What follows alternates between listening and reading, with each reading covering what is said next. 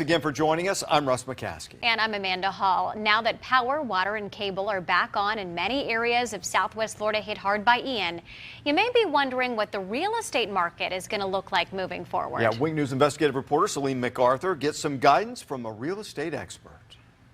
When you were watching the storm, what went through your mind? I don't worry about the real estate business, the industry.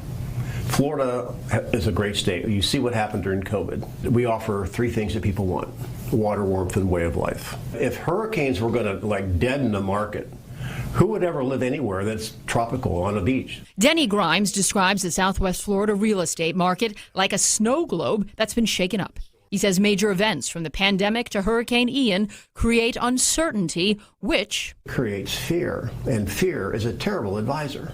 Grimes predicts the barrier island at Fort Myers Beach will be largely unrecognizable when rebuilt. There's an area in Naples on the beach called Laley Barefoot Beach where you got these beautiful houses. They're all 3 stories or whatever. You're going to see a sterile island develop like that. You're going to see one of the nicest beach areas probably on the Gulf Coast develop and come out of the ashes of Ian. As some people say, but the quaintness will be gone because of that. Yeah, you're not going to have you're not going to be able to sit put your feet on the sand while you're having a beer, on ground level. No, so that'll be gone.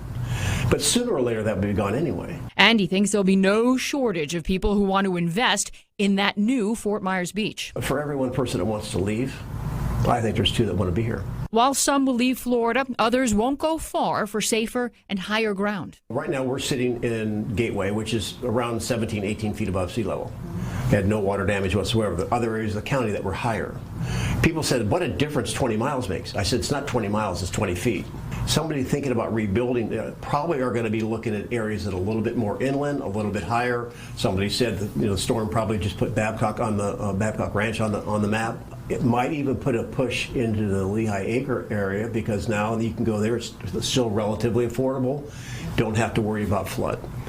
And I think people, after they saw the water devastation, I think that will be on people's mind more than the wind. If you're thinking about selling, Grimes says be patient if you can, because the first offer likely won't be the best one. The first buyer may be the opportunist. And if you're in a pickle and need the money, that buyer's for you.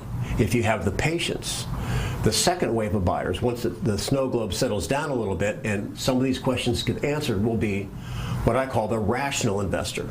Now, they're not going to play retail. They want it wholesale.